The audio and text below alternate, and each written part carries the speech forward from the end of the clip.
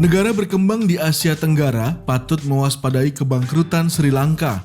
Guru Besar Hukum Internasional Universitas Indonesia, Hikmahanto Juwana, angkat bicara terkait isu dua negara berkembang di Asia Tenggara, yakni Laos dan Myanmar. Hikmahanto menyebut krisis ekonomi yang terjadi di Sri Lanka menyebabkan pembangunan dengan pembiayaan utang yang tidak jelas rencana pengembaliannya. Sejumlah pelajaran penting dapat diambil oleh Indonesia dari krisis ekonomi di Sri Lanka, khususnya dalam alokasi dana pembangunan negeri.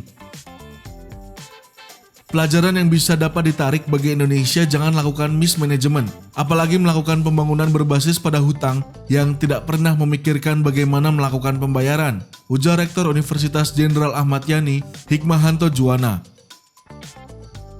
Sebelumnya, Perserikatan Bangsa-Bangsa atau PBB memprediksi akan ada lebih banyak negara berkembang yang menyusul krisis ekonomi Sri Lanka hingga bangkrut. PBB menyebut dua negara berkembang di Asia Tenggara yakni Laos dan Myanmar kini rentan ekonominya karena terlilit utang.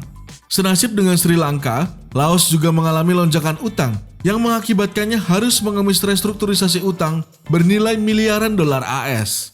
Perekonomian Laos mengalami tekanan sejak terjadi COVID-19. Kondisi ini diperparah adanya tekanan perang antara Rusia dan Ukraina. Ekonomi Myanmar pun juga terguncang.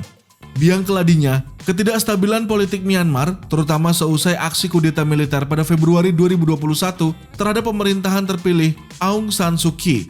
Myanmar pun dihujani sanksi dari negara barat, seperti penarikan bisnis secara besar-besaran oleh korporat raksasa.